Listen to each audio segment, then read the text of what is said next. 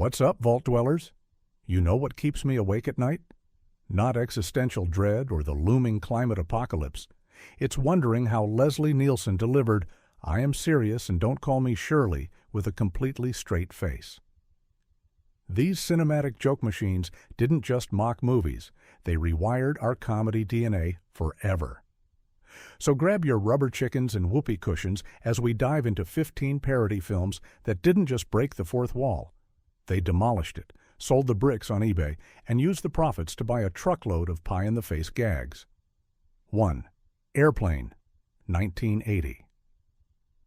The granddaddy of modern parody transformed Leslie Nielsen from dramatic actor to deadpan comedy legend overnight. This disaster film spoofed machine gun jokes at viewers faster than a pilot with food poisoning runs to the bathroom. Surely you can't be serious? Oh, but they were, and that was the whole beautiful point. The genius of Airplane wasn't just its rapid-fire jokes. It was how directors Zucker, Abrahams, and Zucker recruited serious actors like Robert Stack and Lloyd Bridges to deliver absurdist lines with grave sincerity. The film literally copied dialogue verbatim from a forgotten 1957 drama called 0 Hour and just cranked the absurdity dial to 11. Remember that sweating pilot? That wasn't acting. The directors deliberately kept the set unbearably hot to make Albert look authentically distressed. Critics initially dismissed it as juvenile nonsense, but audiences disagreed to the tune of $83 million against a $3.5 million budget. Today, the Library of Congress preserves it in the National Film Registry. Not bad for a movie featuring a blow-up autopilot named Otto, who gets, rather excited during the flight. 2. Young Frankenstein, 1974. Mel Brooks didn't just parody universal horror classics. He lovingly resurrected them, slapped them on the buttocks, and taught them how to tap dance. Shot in glorious black and white with the actual laboratory equipment from the 1931 Frankenstein, this film treated its source material with such reverence that its disrespect became oddly respectful. Gene Wilder was so passionate about the project he refused to make it unless Brooks agreed not to appear in it. A first for the director who loved cameos more than most people love oxygen. The scene where Igor's hump keeps moving sides? Completely improvised by Marty Feldman, who kept switching it without telling anyone until the crew finally noticed. Even Mel Brooks' harshest critics considered it his masterpiece, with Roger Ebert calling it his most disciplined and visually inventive film. The puttin' on the Ritz scene, where the monster performs in top hat and tails, has been ranked among comedy's greatest moments, a brilliant collision of high-concept filmmaking and absolutely ridiculous sight gags that still makes audiences howl after 5 decades. 3. Blazing Saddles, 1974. Mel Brooks didn't just satirize westerns, he strapped dynamite to their cowboy hats and lit the fuse with a flamethrower. This film tackled racism so directly that Warner Brothers executives nearly had collective heart attacks, with one famously submitting a memo listing 22 scenes that needed to be cut. Brooks ignored every single one. Cleveland Little's Sheriff Bart walking into town to hateful stares only to point his gun at himself and take himself hostage remains one of the most brilliant satirical scenes ever filmed. The infamous campfire bean scene? That was Richard Pryor's contribution to the script before the studio deemed him uninsurable for the lead role. The film was almost buried by nervous executives until a test screening where the audience laughed so hard they drowned out half the dialogue. When asked years later if he could make Blazing Saddles today, Brooks simply replied, "Never." The film's gleeful demolition of the fourth wall, with cowboys literally fighting their way onto a Hollywood soundstage, wasn't just breaking rules, it was setting the rulebook on fire and dancing around the flames. 4. Monty Python and the Holy Grail, 1975. The British comedy troupe took Arthurian legend, stripped it of dignity, and dressed it in coconut shells and outrageous French accents. Filmed with a budget so low they couldn't afford real horses, the Pythons turned financial limitations into comic gold with knights riding while squires banged coconut halves together. John Cleese's Black Knight scene, "'Tis but a scratch," was filmed in genuine pain after the actor injured his leg before shooting. The film's abrupt ending wasn't artistic brilliance but desperation. They literally ran out of money and couldn't film the epic battle they'd planned. Director Terry Gilliam recalled, "We just thought, let's have cops arrest them all. Boom. Done." The Pythons were so certain the film would fail that they convinced investors to fund it as a tax write-off. Instead, it grossed over $5 million and became such a cultural touchstone that decades later it spawned the Tony-winning Broadway musical Spamalot. Not bad for a film where God is animated as a cranky old man with a paper crown who gets annoyed when people grovel too much. 5. Spaceballs, 1987. Mel Brooks aimed his parody laser at Star Wars and blasted it with a merchandising joke that actually predicted Disney's approach decades later. With Dark Helmet, Pizza the Hut, and a password literally set to 12345, Brooks created a universe where even the villains know they're in a ridiculous movie. The film features Bill Pullman accidentally catching his stunt double on camera, an intentional gag so meta it was practically postmodern. Brooks was so concerned about legal issues that he personally called George Lucas before production. Lucas not only approved, but sent his special effects company ILM to help, provided Brooks didn't merchandise any actual toys, which Brooks then brilliantly lampshaded in the film itself.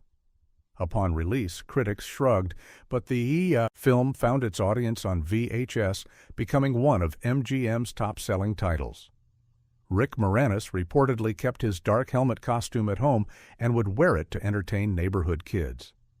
When Lucas finally watched it, he reportedly laughed so hard he called Brooks to congratulate him. High praise from the man being mercilessly mocked. 6. This Is Spinal Tap, 1984. Rob Reiner's mockumentary about a fictional metal band was so authentic that viewers thought Spinal Tap was a real group.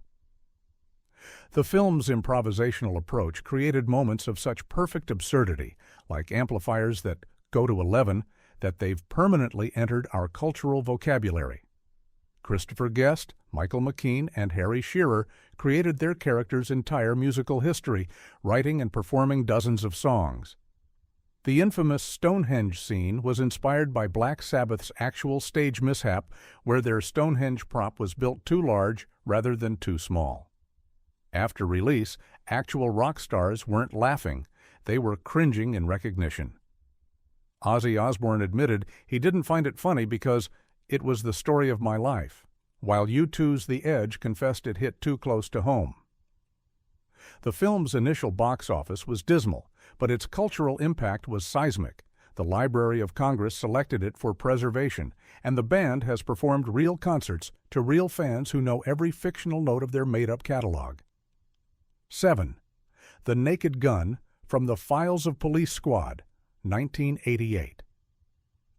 Leslie Nielsen completed his transformation from dramatic actor to comedy icon as Detective Frank Drebin, a man who could turn a simple investigation into a slapstick tornado. The Zaz team's police procedural parody delivered jokes at machine gun pace, with visual gags often hiding in plain sight in the background. The film's opening sequence, where Nielsen's Drebin disguises himself as a terrorist to infiltrate a meeting of America's enemies, including Idi Amin, Ayatollah Khomeini, Muammar Gaddafi, Fidel Castro, and Mikhail Gorbachev, was so audacious it reportedly had test audiences laughing until they physically hurt. Nielsen's deadpan delivery was so effective that younger viewers were shocked to learn he spent the first 50 years of his career as a serious actor. Paramount had such little faith in the film, they nearly sent it straight to video before test screenings changed their minds. It spawned 2 sequels and cemented Nielsen's late career renaissance. Not bad for a film featuring a scene where the hero inadvertently performs a prostate exam on the villain while searching for a diamond. 8. Hot Shots, 1991. Jim Abrahams took the Top Gun volleyball scene, doused it in baby oil, and turned the homoeroticism up to levels that would make Tom Cruise blush. This military spoof starring Charlie Sheen delivered the Zaz formula with surgical precision, machine-gunning visual gags, puns, and film references at viewers without mercy. Lloyd Bridges' malfunctioning admiral, Benson, a man who's lost parts of his body in increasingly absurd accidents, steals every scene with lines like, "I slept with your mother last night, and she still doesn't know I'm your father." The love scene involving breakfast foods cooked on Sheen's burning hot body became an instant classic of food-adjacent intimacy. The film was such a hit, it spawned a sequel subtitled Part 2 that went even further, including a body count counter that eventually reads, "Bloodiest movie ever." Abrahams recalled that Bridges would frequently call him at night with new ideas for increasingly absurd injuries his character could reference. Critics were divided, but audiences made it a $180 million hit against its modest $26 million budget. 9. Walk Hard, The Dewey Cox Story, 2007. John C. Reilly's portrayal of fictional music legend Dewey Cox didn't just parody Johnny Cash. It eviscerated every musical biopic cliché with surgical precision. From childhood trauma, the wrong kid died, to drug experimentation, you don't want no part of this. The film created a character who somehow lived every musician's life simultaneously.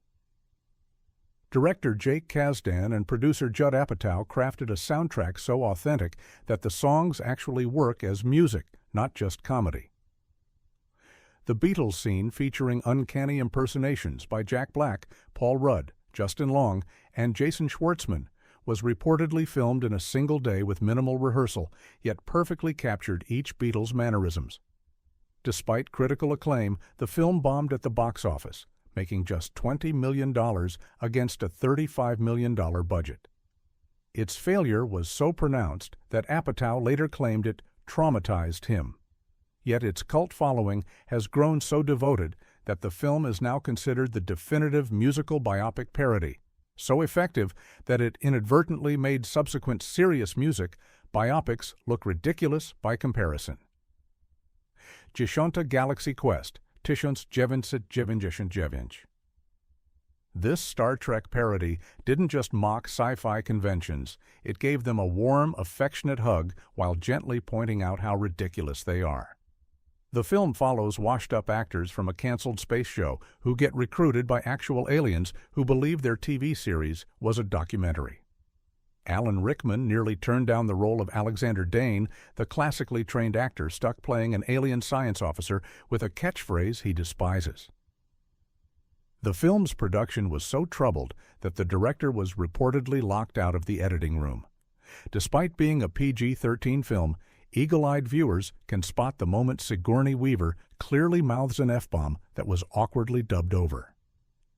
The film was such an accurate depiction of fandom and convention culture that at the 2013 Star Trek convention in Las Vegas, fans voted Galaxy Quest the 7th best Star Trek film ever, despite not being an actual Trek film. Patrick Stewart initially refused to watch it, fearing it would mock Star Trek, but when he finally did, he called it brilliant and affectionate. 11th, Black Dynamite, 2009. Michael Jai White didn't just parody blaxploitation films, he created a love letter written in boom mics, visible crew members, and intentionally bad continuity. This pitch-perfect send-up follows the titular hero avenging his brother's death while uncovering a conspiracy involving malt liquor and orphans that reaches all the way to Kung Fu Island and the White House. The film brilliantly incorporates mistakes as comedy, like actors reading stage directions aloud, boom mics dipping into frame, and stunt doubles who look nothing like the main actors. During one scene, White actually points out continuity errors in real time, noting his jacket mysteriously changing between shots. Shot for just $2.9 million, the film bombed theatrically but found cult success on DVD and streaming. Its growing fandom led to an Adult Swim animated series. Director Scott Sanders insisted on casting actual martial artists rather than actors, which is why the fight scenes are simultaneously impressive and hilarious. The moves are technically perfect while being absurdly over the top. 12th, Shaun of the Dead, 2004. Edgar Wright and Simon Pegg didn't just make a zombie movie with jokes, they crafted a perfect horror film that happens to be hilarious. This rom-com follows slacker Shaun as he tries to rescue his girlfriend, mom, and best mate during a zombie apocalypse, all while barely deviating from his normal routine. The film's editing style, quick cuts, whip pans, and smash sounds, has become Wright's signature, but began here as a way to make zombie attacks simultaneously frightening and funny. The Queen song used during the zombie beating scene cost a full quarter of the film's music budget, but Wright considered it so essential he refused to cut it.